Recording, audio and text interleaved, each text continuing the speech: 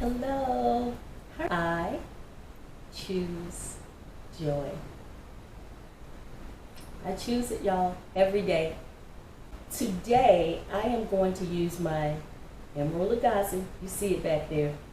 Because somebody, one of my subscribers, hello, thank you for commenting, said please do more videos of canning. And I think they meant the Emeril Lagasse because that's the video that they made the comment on. So today, I am going to can potatoes. I want to can potatoes because if I have potatoes on the shelf, I could pull them off the shelf, use them for hash browns, because I like the chunky hash browns. I could also use them in soups or stews at the very end. And I could also use them for mashed potatoes, yes. All kinds of good reasons to can potatoes. We're gonna can them in paint jars. We're not gonna use quart jars because we're using the Emeril Lagasse and quart jars are just not gonna fit in my Emeril Lagasse. What we have here for the canning is our Himalayan salt, cold water, because we are going to peel the potatoes with a peeler. We're going to take out the eyes, all of that. We don't want any blemishes on these when we get ready to can them. Cut them in chunks, put them in the water, rinse them, and then put them in the pot where we will boil them for 10 minutes. Place them in our paint jars, load them up in the Emeril Lagasse, and that's about it. So, we gotta have our wine. So let's get started, guys.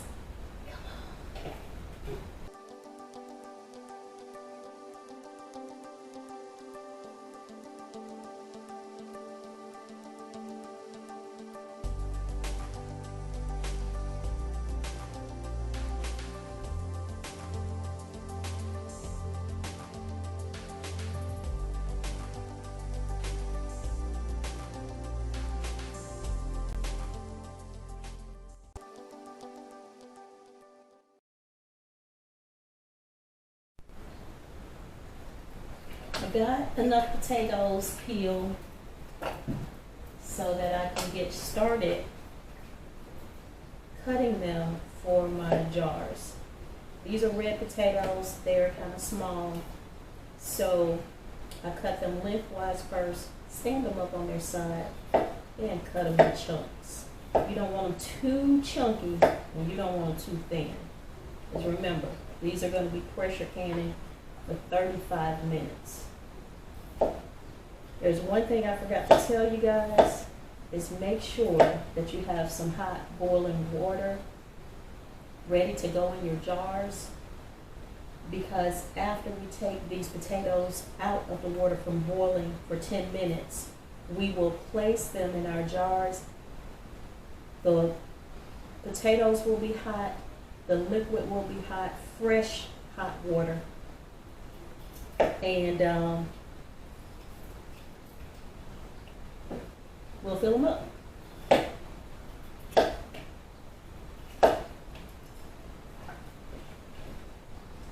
And we're placing these in cold water because we want to get some of this starch off of it. I am going to rinse them as well. I'm going to pour this water off and rinse them as well before I put them into the pot to start boiling for 10 minutes. Last potato. I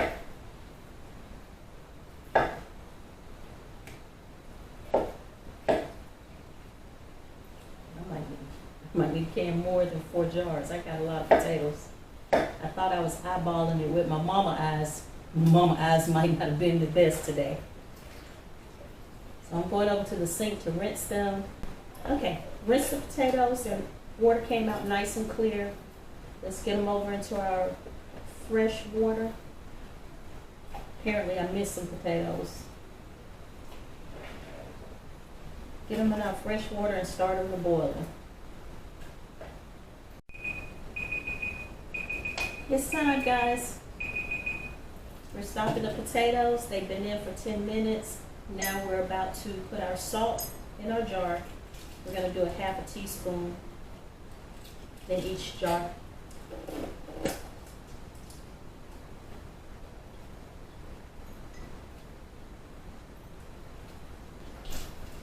Slide a spoon to get our potatoes out.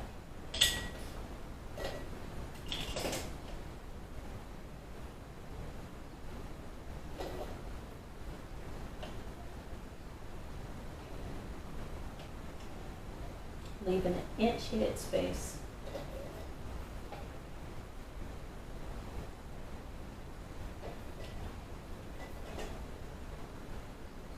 I don't know, y'all. My mama eyes must have been pretty good today because I did not make too many potatoes. I actually have enough just for 3 jars, not for 4. Woohoo! Okay, now let's get our hot liquid.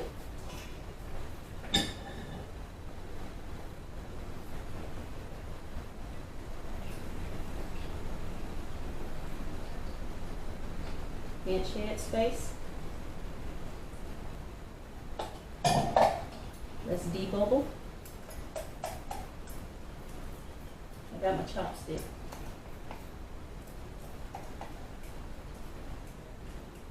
And since I debubble, I could use a little bit more liquid in 2 of my jars. Wipe our rims. I didn't put vinegar on it because I don't have anything but water in here, so no grease, no anything. So I'm just using just a dry paper towel. Put my lids and rings on, finger tight.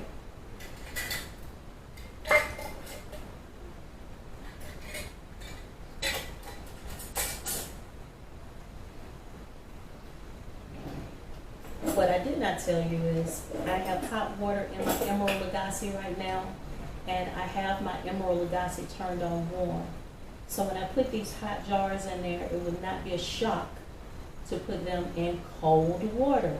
Everything is hot, and we want to keep this hot because we don't want our jars to break when we go to place them in the Emeril Lagasse. So let's place them in there.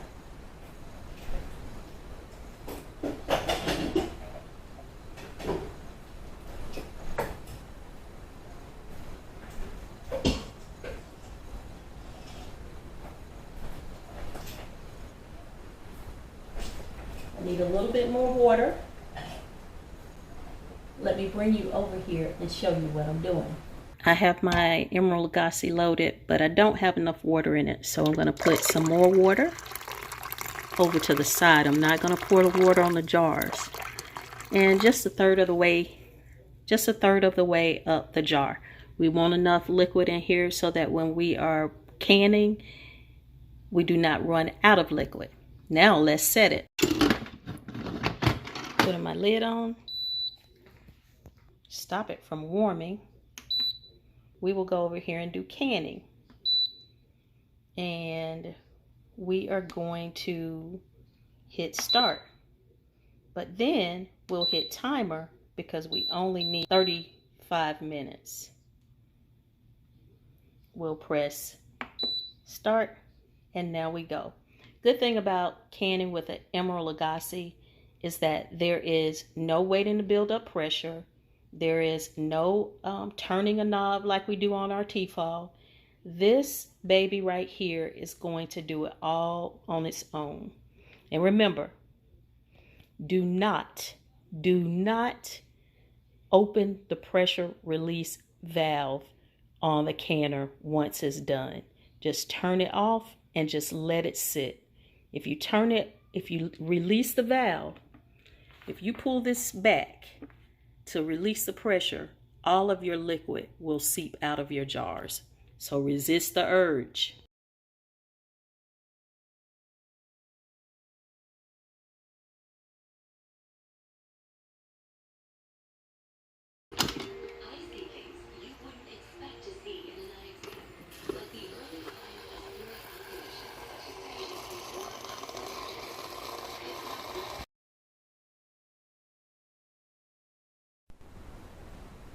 Hello, it's the next day, and guess what? These came out of the Emeril Lagasse. Let's see how we did. Y'all know I already opened these up.